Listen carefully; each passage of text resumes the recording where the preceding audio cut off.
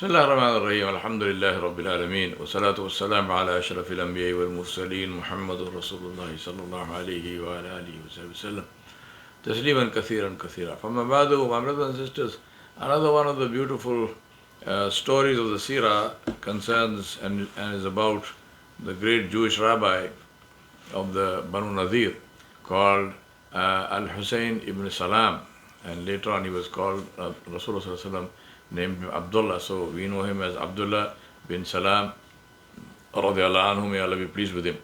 He was a Jewish rabbi in Yathrib, which is the name of Medina, before Rasulullah came there, and he was widely respected in the whole city, not just by the Jews but by everybody.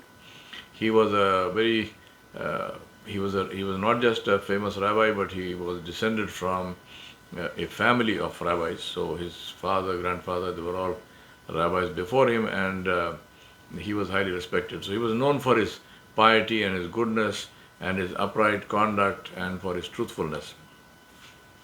Al-Hussein bin Salam lived a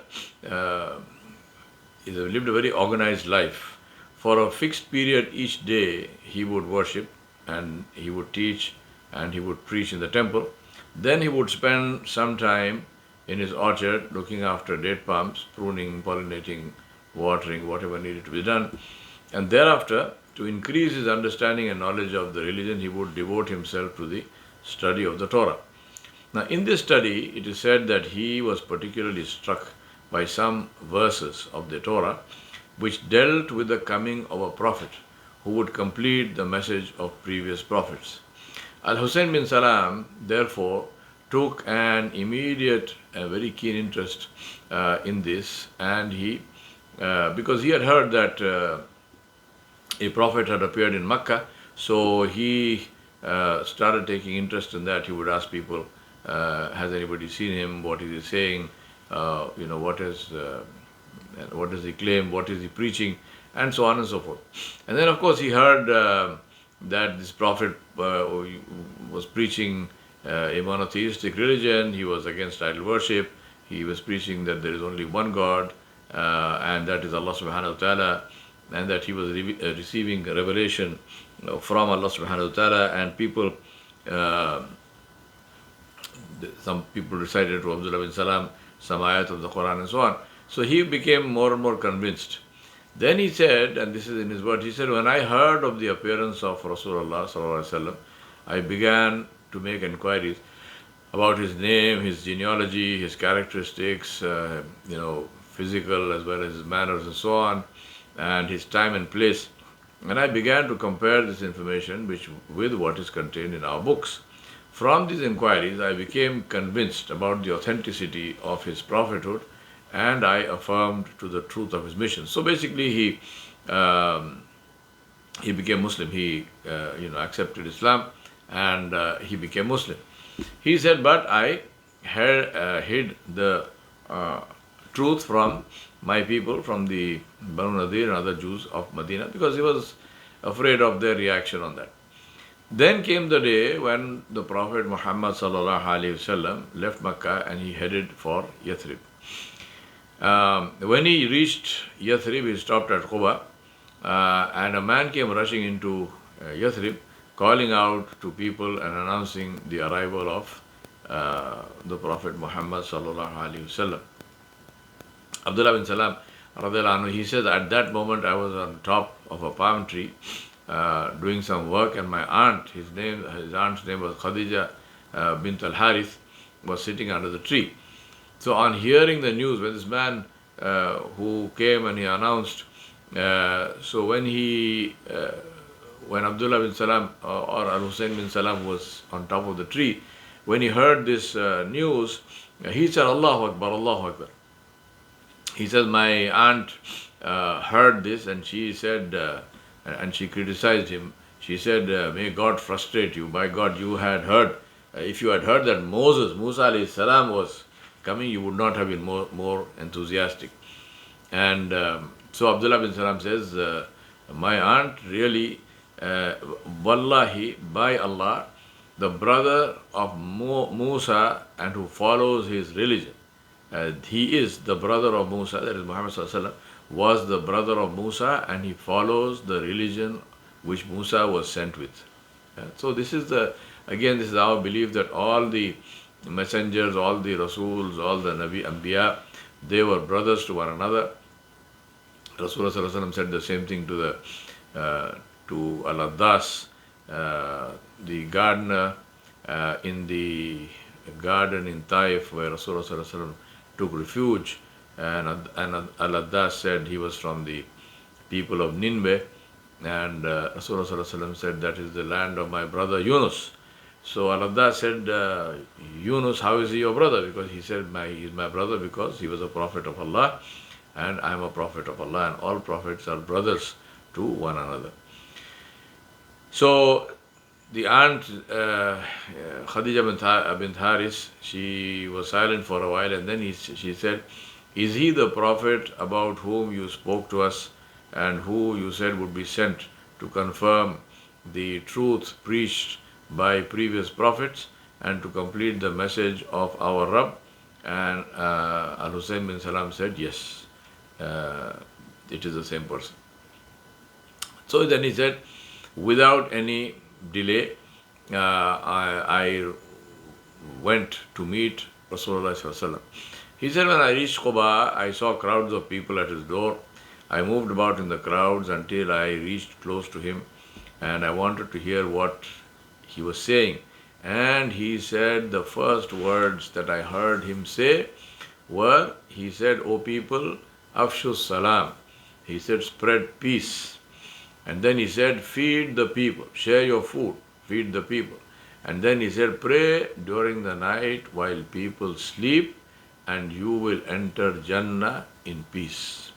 So he's giving people 3 pieces of advice. First time he's meeting them, 3 pieces of advice. Secret of success in this life and the akhirah: spread salam, feed people, meaning be generous, especially with food, but in many ways. And then pray during the night, which is tahajjud, where people normally sleep, and you will enter Jannah, you will enter paradise in peace. Abdullah bin Salam, Al-Husayn bin Salam, he said, I looked at him closely. Now, remember, Abdullah bin Salam was a great scholar, and among the things that he was famous for was an art which was there in those days, which today, for want of another word, you would call it face reading. So he would look at somebody's face and he would know a great deal about this person because of the signs that he would see in the person's face. So he said, I looked at him closely, I scrutinized him, and he said, I was convinced that his face was not the face of an impostor, was not the face of a liar. He said, I went closer to him and I made the declaration of faith. Immediately he went and he accepted Islam.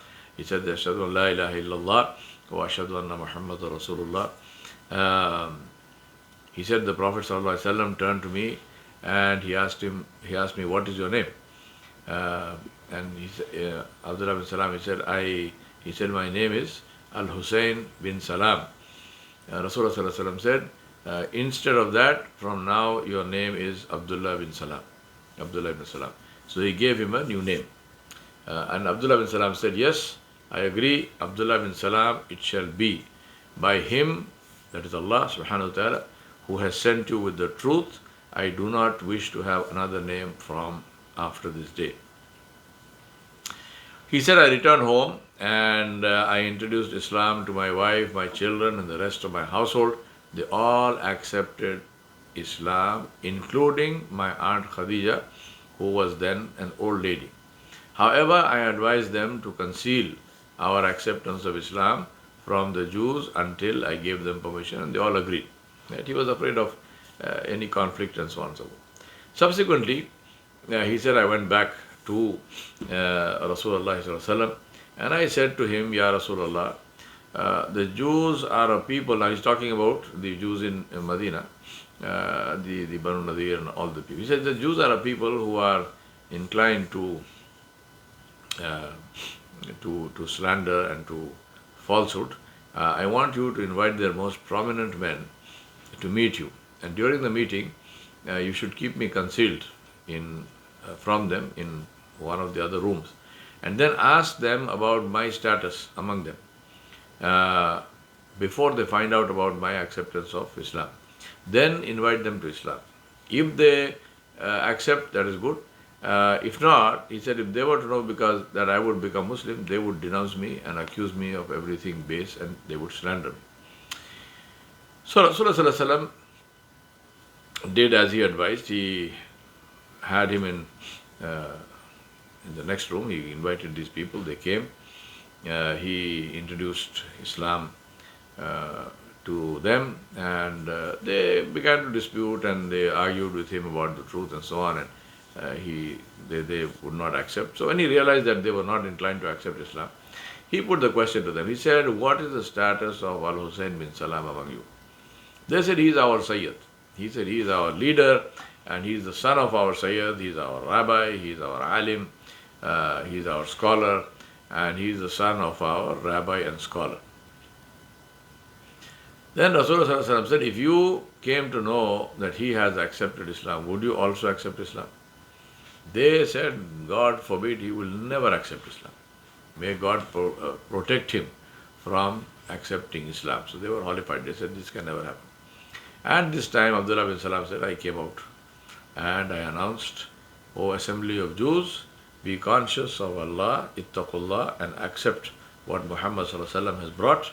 By God, you certainly know that he is a messenger of God, of Allah, and you can find prophecies about him and the mention of his name and characteristics in our Torah. I, for my part, declare that he is the messenger of Allah. I have faith in him, and I believe that he is true, and I know him. He said there was pandemonium. They shouted, you are a liar, by God, you are evil and ignorant, you are the son of an evil and ignorant person, and they continue to abuse him and so on, and on him and his father and so on and so forth. And this is in Bukhari. Abdullah bin Salam, radiallahu anhu, he came, think about this, he came, this is the mark of a true scholar. The mark of a true scholar is that he is in search, always in search of knowledge, and always in search of the truth. Right? He is not somebody who at any point in time says, well, okay, I know now, I don't have to accept anything, I'm at the ultimate end of knowledge. There's nothing more that I need to know. No scholar will say that. True scholarship produces humility. And Abdullah bin Salam radiallahu anhu was like this. So he had his heart and his soul was thirsty for knowledge. He was passionately devoted to the Quran, and he spent much time in reciting it and studying the Quran. He was very, very attached, deeply attached to Rasulullah, and he spent a lot of time in the company of Rasulullah. All these are marks of a true scholar. He is a true scholar. He has the desire to learn. He has the book of Allah. He has the messenger of Allah with him. And of course, he takes full advantage of these blessings. He spent a lot of time in the masjid, in Nafil Salawat, engaged in worship, in learning, in teaching. He was known for his beautiful way. He was a teacher, he was a scholar. So he brought all those skills now to Islam, and he was known for his beautiful way of teaching in the halaqat, the study circles of the Sahaba. To the extent that Abdullah bin Salam used to be called the person of Jannah. He used to call from one of the Ahlul Jannah, a man from the people of Jannah. And that was because of his strong belief in Rasulullah ﷺ and his devotion to Allah subhanahu wa ta'ala's deen and to his to the deen of Allah subhanahu wa ta'ala and to the kalam of Allah subhanahu wa ta'ala. May Allah subhanahu wa ta'ala grant us the goodness to learn the deen and to truly follow it in our lives. Now,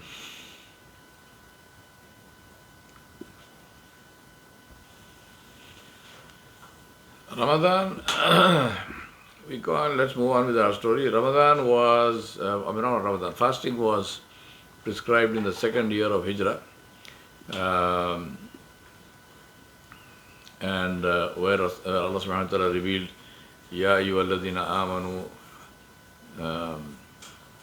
kutiba alaykumus siyamu kama kutiba ala alladhina min qablikum la'allakum tattaqun.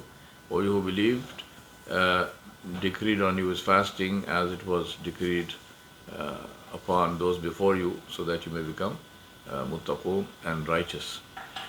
It's very interesting to think about this, that Salah was five times Salah was prescribed in the 13th year of Hijrah. Fasting was prescribed in second year after going to Medina. Almost entire Quran which was revealed in Mecca was to do with the glory and majesty of Allah subhanahu wa ta'ala. So the purpose was to fill the hearts of the Muslims with the glory and majesty and nur of Allah subhanahu wa ta'ala, so that they became firm in their faith. And then Allah subhanahu wa ta'ala prescribed rules and regulations of life. And that is why those rules and regulations of life were accepted so readily, and they were followed so faithfully and consistently, because people knew from where they were coming, right? For people, today we feel various things are non-negotiable, are inevitable, are absolutely essential. For the Muslims, for the Sahaba, the deen was essential, not the things of the dunya. It's a question of where do you approach it from. If you approach it from one side, you end up with one situation, obviously. Whereas if you approach it from another side, the whole picture changes. I mean, just think about it. If you're walking down a road, it's the same road, right? The same road. You're looking down that road in one direction. You see a different picture. You see a particular picture. You see how it appears. Whatever is on the road. You turn around and look behind. It's a different picture. The same road.